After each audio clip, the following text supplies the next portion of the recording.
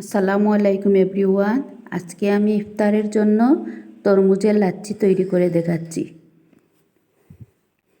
ইফতারে গরমের সময় তরমুজের লাচ্ছি খেতে অনেক ভালো লাগে। প্রথমে তরমুজ কেটে নিচ্ছি, এরপর ব্লেন্ডারে তরমুজের টুকরোগুলো দিয়ে দিচ্ছি। অল্প উপকরণেই তরমুজের লাচ্ছি তৈরি করা হয়।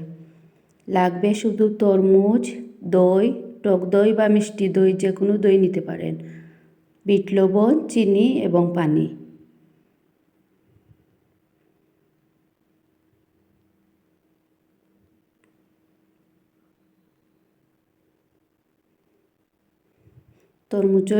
তরমুজের টুকরোগুলো দিয়ে এখন টক দই দিয়ে দিচ্ছি।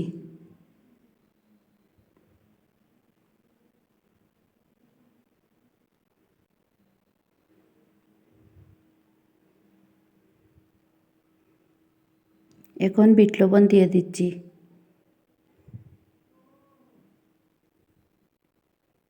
ফ্রিজের ঠান্ডা পানি দিয়ে দিচ্ছি।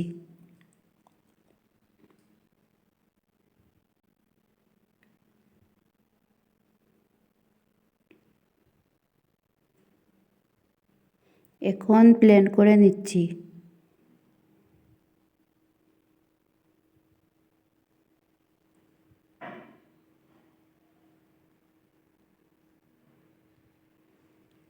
এখন পরিমাণ মতো চিনি দিয়ে দিচ্ছি। চিনি দিয়ে আবার ব্লেন্ড করে নিচ্ছি।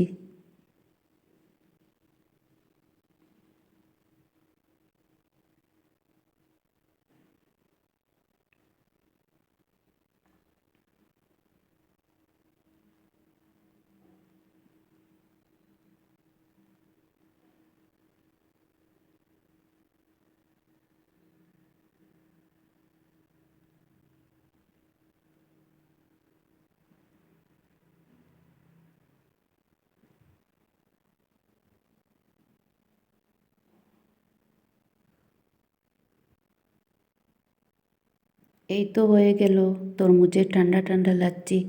এখন জগে ঢেলে পরিবেশন করব।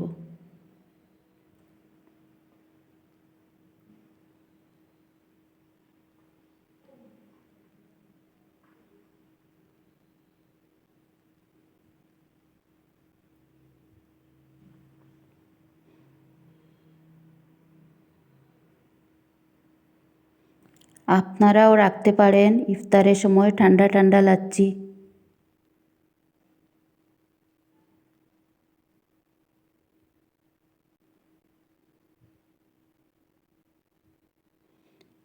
ভিডিওটি দেখার জন্য আপনাদের সবাইকে ধন্যবাদ। আল্লাহ হাফেজ।